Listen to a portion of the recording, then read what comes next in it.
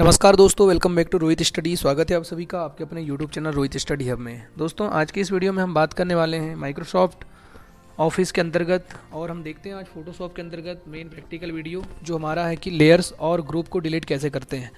Image पर स्थित जो दोस्तों अनावश्यक लेयर या ग्रुप होता है, ठीक है, यानी अगर आप इमेज बना रहे हैं किसी प्रकार से, चूंकि आज हमारी अंतिम क्लास है फोटोशॉप की थ्योरी क्लास, इसके पश्चात हम प्रैक्टिकल क्लास स्टार्ट कर देंगे यहाँ से। तो इमेज पर स्थित जो अनावश्यक लेयर्स होते हैं, यानी कि ऐसे लेयर्स जिनका उपयोग हम लोग नहीं करते हैं, तो ऐसे अनावश्यक लेयर्स को डिलीट करने के लिए जो सबसे पहले मुख्य रूप से क्या करना होता है, हमको वही लेयर जो होते हैं अनावश्यक लेयर्स जिनकी यूज़र को आवश्यकता नहीं पड़ती। मान लीजिए आपने अगर कोई इमेज अगर लिया हुआ है, तो इमेज के अगर आजू बाजू के जो भाग को अगर काटना चाहते हैं, जो कि आपको अवांछनीय रूप से दिखाई देते हैं, उनको काटने ही लेयर के ग्रुप को डिलीट करना कहलाता है। तो सबसे पहले आपको क्या करना होगा, सबसे पहले तो आप एक से अधिक लेयर्स या फिर ग्रुप को सबसे पहले सिलेक्ट करेंगे।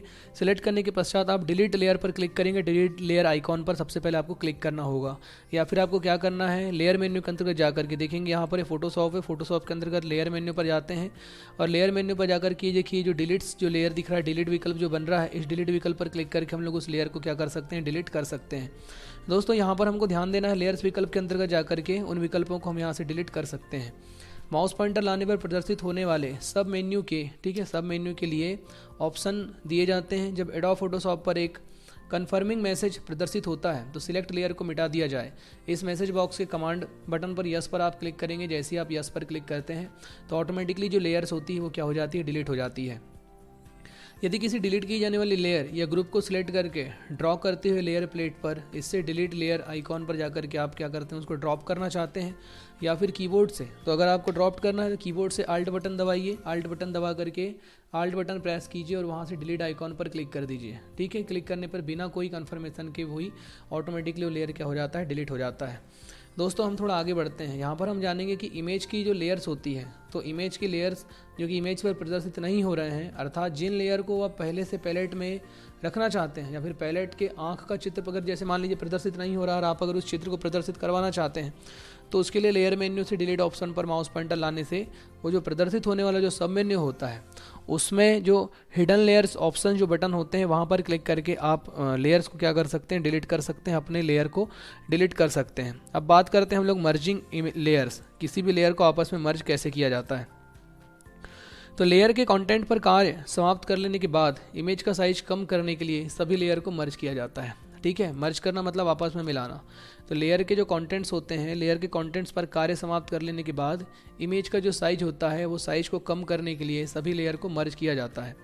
जब लेयर को मर्ज किया जाता है तो वह ऊपरी लेयर के कंटेंट के नीचे की लेयर के कंटेंट पर ओवरलैप हो जाती है। ठीक है, ऊपरी लेयर के कंटेंट से लेकर के दूसरी लेयर पर जाकर के क्या हो जाती है, ओवरलैप हो जाती है और लेयर के सभी पारदर्शी भाग जो होते हैं वो सभी लेयर के समान पारदर्शी होते हैं, यानी कि पारदर्शिता का गुण दिखाना प्रदर्शित कर देते हैं।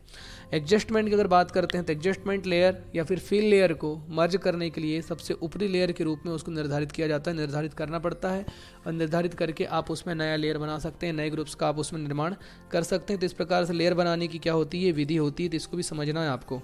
ठीक है, मर्ज की जाने वाली लेयर को मर्ज करने के लिए सबसे ऊपरी लेयर के रूप में निर्धारित नहीं किया जा सकता। ठीक है, और उसको यानी कि वो एक विजिबल होना चाहिए, विजिबल होना आवश्यक है, तभी जाकर के वो लेयर काम करेगा। इन सभी को सिलेक्ट करके कीबोर्ड पर आप Ctrl+E प्रेस कीजिए। जैसे ही आप Ctrl+E प्रेस करेंगे तो एडोब फोटोशॉप के लेयर मेन्यू के मर्ज लेयर ऑप्शन को चुनते हैं। ठीक है, मर्ज लेयर ऑप्शन को चुन करके आप वहाँ से मर्ज बटन पर क्लिक कर सकते हैं। ठीक है, लेयर को मर्ज करके इमेज को सेव करके लाने के लिए उसे पुनः असमंजस की स्थिति में नहीं लाया जा सकता, तो हम लोग वहाँ पर असमंजस की स्थिति में नहीं लाया जा सकता, तो आप वहाँ पे लेयर्स को सिलेक्ट करके भी नए लेयर्स को बना सकते हैं। ठीक है, अब बात करते हैं आउटर ग्लो क्या होता है। ठीक है दोस्तों, यहाँ पे ध्यान दीजिएगा, आउटर ग्लो का मतलब क्या होगा। आउटर ग्लो क्या है, तो आउटर ग्लो जो है लेयर पैलेट में वांछित लेयर को सिलेक्ट करके लेयर मेन्यू के ऑप्शन हेयर स्टाइल पर माउस पॉइंटर लाने पर प्रदर्शित होने वाले सब मेन्यू में से आउटर ग्लो ऑप्शंस को, आउटर के बाद जो आउटर ग्लो ऑप्शंस जो है, ठीक है, आउटर ग्लो ऑप्शन को सिलेक्ट करने पर मॉनिटर स्क्रीन पर layer style dialog box open होगा।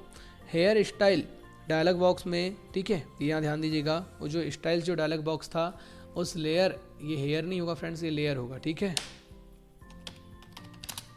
लेयर स्टाइल डायलॉग बॉक्स में अन्य चेक बॉक्स को भी आप डिस्प्ले कर सकते हैं। डिस्प्ले करेंगे, डिस सिलेक्ट करने के पश्चात आउटर जो ग्लो जो रहता है, मतलब आउटर ग्लो जो होगा, उस आउटर ग्लो के सामने जो एक रिक्त स्थान बना रहेगा उसमें आपको एक बॉक्स प्रदर्शित होगा, तो उसमें आपको ग्लो की स्टाइल डालना है। ग्लो मतलब कि आप कैसा मतलब कि उस पर कुछ प्रभाव डालना चाहते हैं, किस प्रकार का कोई अगर स्टाइल अगर देना चाहते हैं ग्लो से रिलेटेड, तो वहाँ पर आप दे सकते हैं। इस स्टाइल के चारों ओर और बाहर की ग्लो को एनिमेशन एलिमेंट्स की सहायता से आप उसमें आउटर ग्लो के वांछित निर्धारण कर सकते हैं। हेयर स्टाइल डायलॉग बॉक्स 3 भाग स्ट्रक्चर, एलिमेंट्स एंड क्वालिटी में बटा होता है। इस डायलॉग बॉक्स में स्ट्रक्चर भाग में blade mode, options and noise का निर्धारण भी लिस्ट बॉक्स के स्लाइडर का यूज़ करके किया जा सकता है। ग्लो के लिए सॉलिड कलर का प्रयोग करने के लिए एक ऑप्शन के नीचे स्थित रेडियो बटन के बाद स्थित कलर बॉक्स पर क्लिक करके प्रदर्शित होने वाले, ठीक है, जितने भी कलर पिक्चर डायलॉग बॉक्स में हैं उनमें से आप कोई भी कलर वहाँ से आप ले सकते हैं। जिन कलर को आपको अपने टेक्स्ट बॉक्स में यानी कि अपने ग्लो बॉक्स में आपको लगाना है, तो उस हिसाब से आप वहाँ से कलर वगैरह ले सकते हैं। ग्लो के लिए ग्रेडियंट का यूज़ करने के लिए इस ऑप्शंस के नीचे से दूसरे रेडियो बटन को सिलेक्ट किया जाता है।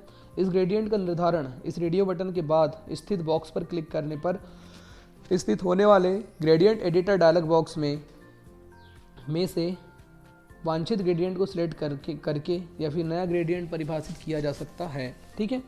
इस डायलॉग बॉक्स के एलिमेंट भाग में क्रैंकिक लिस्ट बॉक्स के डाउन एरो पर क्लिक करने पर प्रदर्शित होने वाली सूची में से वांछित ऑप्शन को सिलेक्ट करके आप उस ग्लो के लिए यूज़ कर सकते हैं, ठीक है। और उसके लिए आप ट्रैकिंग का निर्धारण भी कर सकते हैं। स्प्रेस और साइज का निर्धारण स्लाइडर का प्रयोग करके या फिर टेक्स्ट बॉक्स में वांछित मान टाइप करके भी किया जा सकता है। दोस्तों अब बात करते हैं लेयर्स क्या होती है, ठीक है। लेयर्स क्या है, लेयर्स को हम किस प्रकार से समझ सकते हैं।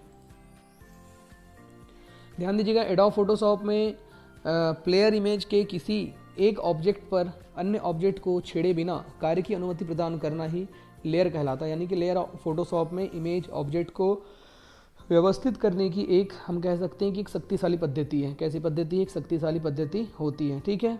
इसमें क्या होता है, लेयर इमेज में किसी एक ऑब्जेक्ट पर अन्य ऑब्जेक्ट को छेड़े बिना ही आप उसमें काम करने की आपको अनुमति मिलती है। आप उसमें संपूर्ण कार्यों को एक साथ कर सकते हैं। लेयर की बात करते हैं तो लेयर एडोब फोटोशॉप की इमेज और ऑब्जेक्ट को व्यवस्थित करने की एक शक्तिशाली पद्धति होती है। लेयर की तुलना ऐसे ट्रांसपेरेंट ट्रैकिंग पेपर से की जाती है जिन पर इमेज के विभिन्न भागों को तैयार किया गया है। उसके उपरांत उनको आवश्यकता अनुसार एक के ऊपर एक रख करके इमेज को आप तैयार भी कर सकते हैं। फोटोशॉप में नई इमेज में केवल एक लेयर्स होती है। इमेज पर अन्य लेयर को भी जोड़ा जा सकता है, ठीक है। साथ ही लेयर इम्फेक्ट्रा का प्रयोग करके भी आप यूज़ कर सकते हैं। लेयर के क्रम में परिवर्तन भी किया जा सकता है। एक से अधिक लेयर का भी ग्रुप बना के आप रख सकते हैं और साथ ही विभिन्न लेयर को मर्ज करके एक लेयर में आप परिवर्तित भी कर सकते हैं। तो लेयर मतलब मान लो अगर आपने बहुत सारे इमेज को एक साथ सिलेक्ट कर लिया है, तो पूरी इमेज को अगर आप जब ग्रुपिंग में कन्वर्ट कर देते हैं, जब आप उन फोटो को ग्रुप कर देते हैं, तो ग्रुप की हुई फोटो को क्या बन जाता है, एक लेयर बन जाता है। ग्रुप की फोटो को क्या बन जाता है, एक लेयर बन जाता है। लेयर्स के अनुरूप वो क्या करते हैं, काम करते हैं। तो उस चीज़ को भी आपको अच्छी तरीके से याद रखना है। अब बात करते हैं हम व्हाट इज मास्किंग, ठीक है। मास्क कैसे क्रिएट करते हैं। ध्यान दीजिएगा, फोटोशॉप में जब कोई मास्क क्रिएट किया जाता है तो मास्क के अतिरिक्त इमेज में किया गया कोई भी परिवर्तन, फिल्टर अथवा अन्य इफेक्ट के इस भाग को विमुक्त किया जाता है, ठीक है। फोटोशॉप में जो भाग सिलेक्ट नहीं होता वो भाग मास्क कहलाता है, ठीक है। मास्क को कहलाता है कुल मिलाकर के। उस भाग को आप एडिटिंग से मतलब वो सुरक्षित रहता है, ठीक है। एडिटिंग करने की उसमें हमको आवश्यकता नहीं पड़ती है। फोटोशॉप में मास्क अल्फा चैनल में स्टोर किया जाता है। Mask channel grey scales image होते हैं जिनको हम अन्य इमेज की भांति भी एडिट कर सकते हैं। इनमें जो भाग काले रंग के होते हैं उनमें यानी वो ये दर्शाते हैं कि मैं सुरक्षित हूँ, और जो भाग सफ़ेद रंग के होते हैं वो एडिटिंग करने के लिए दर्शाए जाते हैं। फोटोशॉप हमें निम्नलिखित मास्क क्रिएट करने की विधि देता है। सबसे पहले तो क्विक मास्क मोड, पहला आपका जो विकल्प है वो होता है आपका क्विक मास्क मोड। यहाँ मोड की सिलेक्शन को मास्क के रूप में एडिट करने की सुविधा प्रदान करता है। सिलेक्शन को मास्क के रूप में एडिट करने का ये लाभ है कि इस पर फोटोशॉप के लगभग सभी टूल्स और फिल्टर का प्रयोग करके इसको मॉडिफाई किया गया है। उदाहरण के लिए यदि हम जैसे कि मार्क टूल का अगर प्रयोग करके जो अगर मान लो रेक्टेंगल सिलेक्शंस अगर क्रिएट करना चाहते हैं तो उसके लिए भी आप मास्क मोड में जा कर के ये डेटा को तैयार कर सकते हैं। वहाँ से पेंट ब्रश टूल का प्रयोग करके सिलेक्शन से रिलेटेड कामों को वहाँ से आप कर सकते हैं। दूसरा होता है दोस्तों अल्फ़ा चैनल्स। अल्फ़ा चैनल्स की अगर हम बात करेंगे तो यदि आप किसी मोड में, मान लो अगर यदि किसी मोड में किसी सिलेक्शंस को सेव करते समय अगर आप नोट करने की अगर सुविधा प्रदान करता हो अगर आपको, ठीक है, नोट्स रिलेटेड अगर नोट्स करने की सुविधा अगर प्रदान होती है तो सिलेक्शन को मास्क के रूप में एडिट करने के लिए एडिटिंग टूल का भी प्रयोग आप कर सकते हैं। जैसे अल्फ़ा चैनल्स को एडिट किया जाता है, चैनल्स पैलेट के में ये चैनल जो होता है वो फॉरग्राउंड और बैकग्राउंड ग्रे स्केल्स प्रदर्शित होते हैं। सिलेक्शंस को अल्फ़ा चैनल के रूप में भी स्टोर करके हम मास्क मोड में मास्क मोड की अपेक्षा जो स्थायी मास्क क्रिएट कर सकते हैं, ठीक है। इस प्रकार स्टोर किए गए मास्क को हम पुनः प्रयोग में ला सकते हैं, किसी अन्य इमेज में भी हम इसको लोड कर सकते हैं। चलिए अब हम बात करने वाले हैं फ़िल्टर क्या होता है, ठीक है। तो ध्यान दीजिएगा फ़िल्टर क्या है, फ़िल्टर का प्रयोग हम किस प्रकार से करते हैं। तो दोस्तों फ़िल्टर क्या है सभी को पता ही होगा, फ़िल्टर का उपयोग हम किस प्रकार से करते हैं, यहाँ सबको इस बात को जानना ज़रूरी है। तो देखते हैं हम लोग, सबसे पहले तो इसका हम थोड़ा साइज बड़ा कर लेते हैं तो आप सभी को अच्छे तरीके से दिखाई देगा।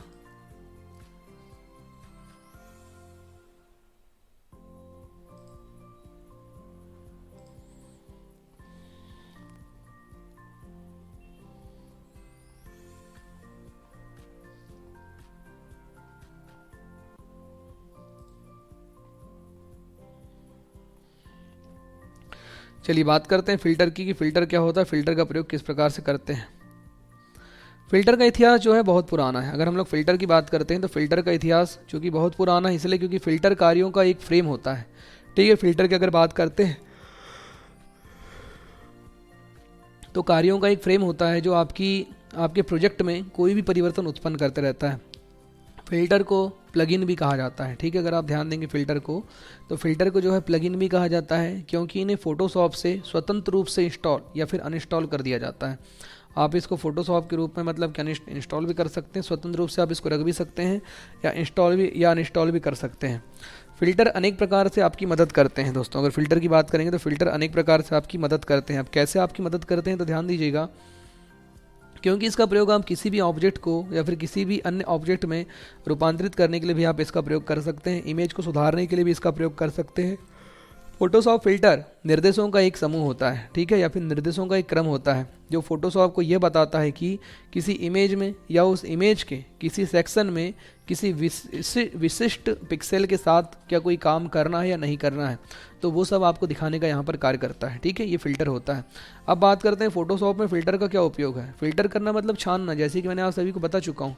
तो फोटोशॉप में अगर 14 कैटेगरी और 110 प्रकार के विभिन्न फ़िल्टर टूल्स होते हैं जो कि विभिन्न प्रकार के कार्यों, यानी कि अगर आपके कोई ऑप्शंस अगर शो रहे हैं तो उन ऑप्शंस को ढूंढने का और उनको फ़िल्टरिंग करने का काम इनका होता है। फ़िल्टरिंग करने का काम ये मुख्य रूप से करते हैं। तो फ़िल्टरिंग क्या है, फ़िल्टरिंग का प्रयोग किस प्रकार से करते हैं, तो वो दोनों चीज़ें यहाँ पर कन्वर्ट होती है। दोनों चीज़ों को हम यहाँ से रिकॉर्डिंग्स भी अगर करना चाहें, जैसे मैं यहाँ पे देखिए OBS से अगर रिकॉर्डिंग कर रहा हूँ और मान लो अगर कुछ एक्स्ट्रा चीज़ें अगर यहाँ पर रिकॉर्डिंग हो चुकी है तो उस एक्स्ट्रा चीज़ को काटने के लिए भी हम लोग या उसको हटाने के लिए भी फ़िल्टर का प्रयोग हम लोग कर सकते हैं, ठीक है। Gradient for using filter, filter का उपयोग हम किस प्रकार से करते हैं। यहाँ समझना है, किसी भी फ़िल्टर का प्रयोग करने के लिए फ़िल्टर मेन्यू के उपयुक्त सब मेन्यू से जाकर के आप वहाँ की जितने मेन्यू में जो कमांड्स हैं उन कमांड्स को आप चुन सकते हैं, ठीक है। कमांड्स चुन करके आप उनको देख सकते हैं और फ़िल्टर का आप चयन करके करने में आपको मदद करेगा। वो चुना गया अंतिम फ़िल्टर मेन्यू के शीर्ष पर दिखाई देता है, ठीक है। जो भी फ़िल्टर अगर आप चुनते हैं तो मेन्यू के सबसे अंतिम शीर्ष पर दिखाई देता है। दूसरा ये है, फ़िल्टर को एक्टिव विजुअल लेयर पर भी अप्लाई किया जा सकता है। अगर आप एक्टिव विजुअल लेयर पर अगर आप फ़िल्टर को अप्लाई करना चाहते हैं तो भी जाकर के आप वहाँ से एक्टिव फ़िल्टर लेयर को अप्लाई कर सकते हैं, बना सकते हैं। फ़िल्टर बिटमैप मोड या फिर इंडेक्स कलर इमेज पर अप्लाई भी किया जा सकता है, ठीक है। फ़िल्टर बिटमैप मोड या फिर इंडेक्स कलर इमेज पर भी उसको अगर आप अप्लाई करना चाहते हैं तो भी आप कर सकते हैं। कुछ फ़िल्टर केवल RGB इमेज पर कार्य करते हैं, तो अगर RGB इमेज पर काम करने वाले फ़िल्टर को भी अगर आप लगाना चाहते हैं तो भी काम कर सकते हैं। कुछ ऐसे फ़िल्टर्स होते हैं जो पूरी तरीके से रैम पर काम करते हैं, यानी कि रैम में प्रोसेसिंग किए जाते हैं, तो ऐसे फ़िल्टर का भी अगर आप चयन करना चाहते हैं तो कर सकते हैं। अगला है दोस्तों एडोब इन डिज़ाइन, ठीक है। तो एडोब इन डिज़ाइन क्या होता है ज़रा समझिएगा। प्लेस जो होता है आपके डॉक्यूमेंट में इमेज को फाइल में डालने का एक महत्वपूर्ण स्थान है, ठीक है। अगर प्लेस की बात करते हैं तो प्लेस क्या है, आपके डॉक्यूमेंट में इमेज फाइल को डालने का एक महत्वपूर्ण स्थान होता है आपका प्लेस। तो MS वर्ड में जो इंसर्ट पिक्चर फॉर्म फाइल जो फंक्शंस के जो कंपेरेबल होते हैं। जब आप अपने डॉक्यूमेंट में इमेज को प्लेस करते हैं तो डॉक्यूमेंट इस बात के वर्तमान स्थल से लिंक करता है। इसकी कौन सी विधि है यहाँ पर आप देख लेंगे। सबसे पहले तो आपको पॉइंटर टूल चुनना होगा। पॉइंटर टूल चुनने के पश्चात इमेज को प्लेस करने के लिए फाइल मेन्यू से आप प्लेस नामक विकल्प का चयन कर सकते हैं। उस फाइल को खोलें जिसमें आप इंसर्ट करना चाहते हैं या फिर उसका चयन करके आप ओके पर क्लिक कर देंगे। आपका जो कर्सर है एक छोटे से ग्रे कलर के मतलब चित्र बॉक्स में बदल जाता है, जो कि अनप्लेस इमेज क्या करता है, रिप्रेजेंट करने का काम करता है। अनुमानित स्थान ये होता है कि जो जहाँ पर आपने रखा हुआ है उस स्थान को सबसे पहले खोजना है, और खोजने के पश्चात इमेज को छोड़ना चाहते हैं तो आप उस पर एक माउस पॉइंटर क्लिक करके सबसे पहले तो आप जिस भी अगर एडोब डिज़ाइनिंग अगर लेना चाहते हैं किसी भी, तो प्लेस नामक विकल्प पर जा करके, तभी मैंने आपको बताया था इस फोटोशॉप पर जाइए, फाइल पर जाइए और ये प्लेस पर क्लिक कीजिए। तो आप देखेंगे प्लेस पर क्लिक करते ही आपके सामने प्लेस नामक डायलॉग बॉक्स ओपन हो रहा है। ठीक है, अभी चूंकि हम काम कर रहे थे, आज हमने देखा होगा कि आज हम लैब में काम कर रहे थे तो ये प्लेस नामक विकल्प थोड़ा ठीक नहीं आ रहा था। अब मान लो मैंने यहाँ देखो डेस्कटॉप पर क्लिक किया तो डेस्कटॉप आ चुका है। मैं यहाँ पर अगर गैलरी पर क्लिक करूँगा, इमेज पर क्लिक करूँगा तो देखेंगे यहाँ पर ये इमेज आ रही है जो मैंने इमेज रखा हुआ है। ठीक है, लेकिन यहाँ पर ये धिस पीसी में भी जाता हूँ मैं, धिस पीसी में जाकर के अगर मैं मान लीजिए यहाँ पर से अगर कोई इमेज लेकर के आना चाहता हूँ तो देखिए यहाँ पर अभी कोई मैच नहीं हो रही कोई इमेज, तो यहाँ पे वही इमेज आएंगी जो इमेज किसी सॉफ्टवेयर से जो है मैच होगा। ठीक है, तो इस प्रकार से हम लोग यहाँ से प्लेस नामक विकल्प पर जाकर के, जैसे ये फ़ोटोज़ अगर लेना है तो मैं यहाँ पे प्लेस पर जाऊँगा। प्लेस पर जाने के पश्चात यहाँ पर आप क्लिक करेंगे, जैसे ये फ़ोटो यहाँ भी है, उसके बाद मैंने मान लीजिए यहाँ पर क्लिक किया है और यहाँ पर जाने के पश्चात फिर से हम लोग अगर मान लो ये जो फ़ोटोज़ हैं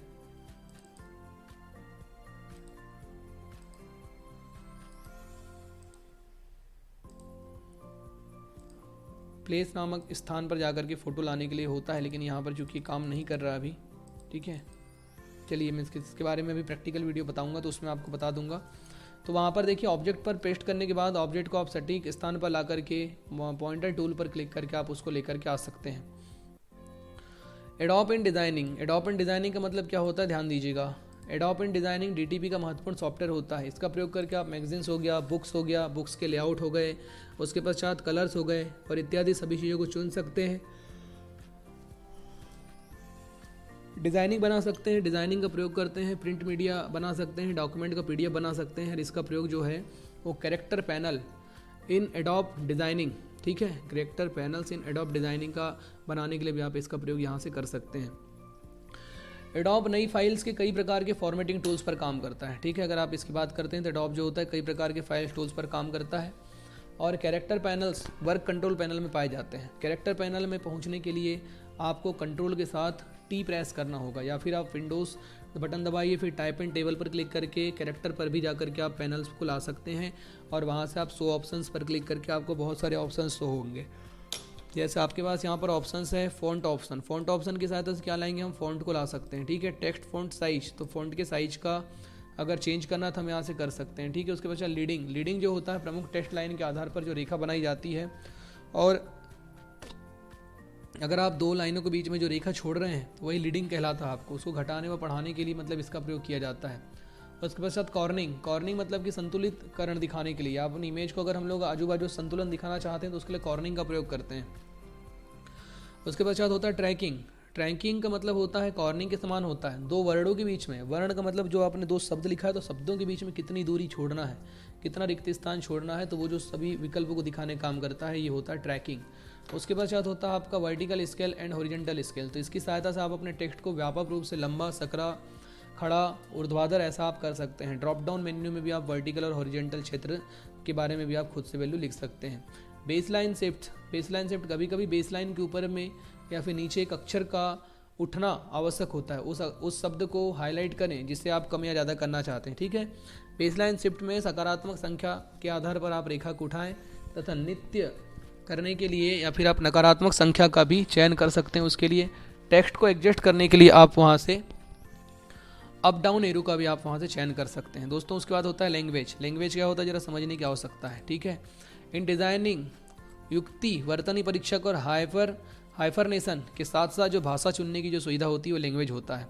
ओपन टाइप का मतलब यदि आप अपने डॉक्यूमेंट में एक ओपन टाइप का चयन करना चाहते हैं तो ओपन टाइप मेन्यू का आप यहाँ से लाभ उठा सकते हैं। Inserting text in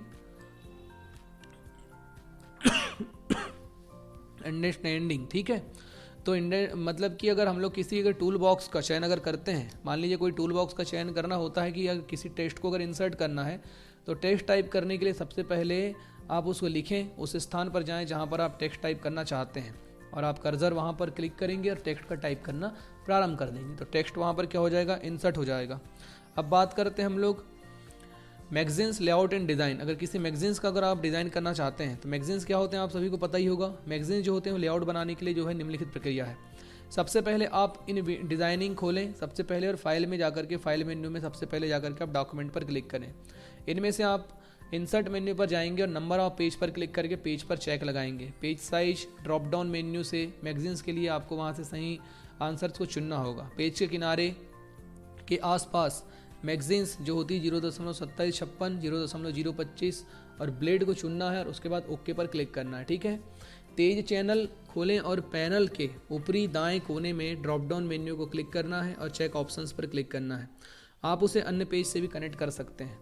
page to page icon को पकड़ें और पेज के दाएं ओर से आपको क्या करना पड़ेगा, कनेक्ट करना पड़ेगा। ठीक है, तो पेज के दाएं ओर से कनेक्ट करें। यही प्रक्रिया दोनों पृष्ठों में आपको दर्शानी होगी।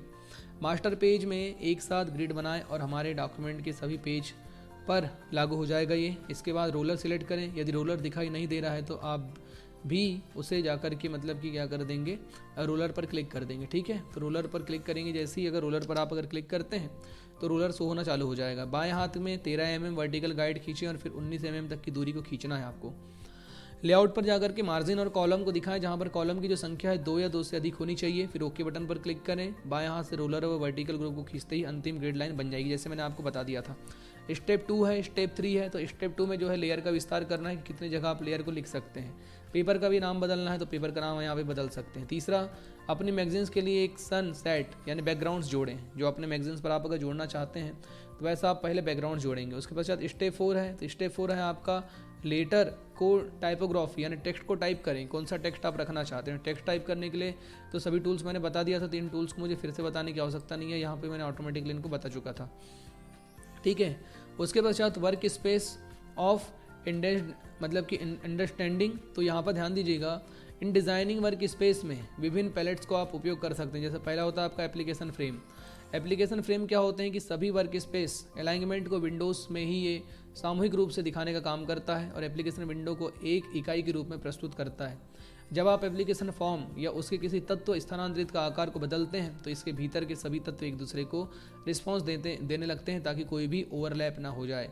आप एप्लीकेशन स्विच करते हैं या आप गलती से एप्लीकेशन के बाहर निकलते हैं तो पैनल गायब नहीं होते। यदि आप 2 या 2 से अधिक एप्लीकेशंस के साथ काम करते हैं तो एक या एक से अधिक मॉनिटर पर प्रत्येक एप्लीकेशन की ओर से स्थिति बनी रहती है और आप माइक का भी यूज़ करके काम कर सकते हैं। तो ये पूरा का पूरा काम होता है। टॉप दूसरा होता है, टॉप पर एप्लीकेशन के वर्क स्पेस फीचर्स में मेन्यू में जाकर के आप वहाँ से एप्लीकेशन कंट्रोल पर जाकर के माइक एप्लीकेशन बार में केवल तभी ये उपलब्ध होंगे जब एप्लीकेशन फ्रेम बंद हो। आप या फिर विंडो में जाकर के विंडो मेन्यू का भी यूज़ करके टैगल को आप चालू या बंद वहाँ से कर सकते हैं। टूल पैनल की बात करते हैं। टूल पैनल क्या होता है, तो टूल पैनल जो होता है दोस्तों चैनल, ठीक है, पैनल होता है टूल पैनल। तो टूल पर जाकर के आप क्या कर सकते हैं, इमेज आर्ट अलाइनमेंट पर जाकर के वहाँ से आप संबंधित टूल्स ले सकते हैं। उसके बाद आपका हो जाता है कंट्रोल पैनल। कंट्रोल पैनल जो होता है वर्तमान में चयनित ऑब्जेक्ट के लिए ऑप्शन का प्रयोग करने हेतु होता है। पैनल्स क्या होते हैं, तो यदि आप अपने काम को निगरानी और संशोधित करने के लिए मदद करना चाहते हैं तो पैनलों को आप ग्राउंड्स किया जा सकता है। तो ये होते हैं आपके पैनल्स। तो पैनल्स क्या होते हैं इनको भी आपको अच्छी तरीके से समझने की आवश्यकता है, आप ध्यान दीजिएगा। उसके पश्चात इंडस्टिंग मतलब कि आपका इंटरफेस के विभिन्न नाम, जैसे कि आपका table document windows, public online, switch to touch work space, उसके पश्चात work space switcher, panel title bar, search bar, control panel, ये सब चीज़ें, स्टेटस बार, टास्क बार, ये सब होता है दोस्तों। इसी के साथ आपकी यहाँ पर यूनिट 5 हो गई ख़त्म। यूनिट 5 के साथ साथ आपका DTP जो सब्जेक्ट था वो भी यहाँ पर हो गया है पूरा का पूरा समाप्त। उम्मीद करता हूँ आप सभी को वीडियो पसंद आया होगा। जानकारी अगर अच्छी लगी हो तो प्लीज़ वीडियो को लाइक ज़रूर कीजिएगा, कमेंट करके मुझे ज़रूर बताइएगा कि आपको जानकारी कैसी लगी। अब हम मिलते हैं नेक्स्ट वीडियो जो मैं फोटोशॉप के आपको दूंगा, जिसमें मैं फोटोशॉप और पेज मेकर का संपूर्ण प्रैक्टिकल आपको यहाँ पर समझा देता हूँ। बने रहिए आप सभी रोहित स्टडी हब के साथ।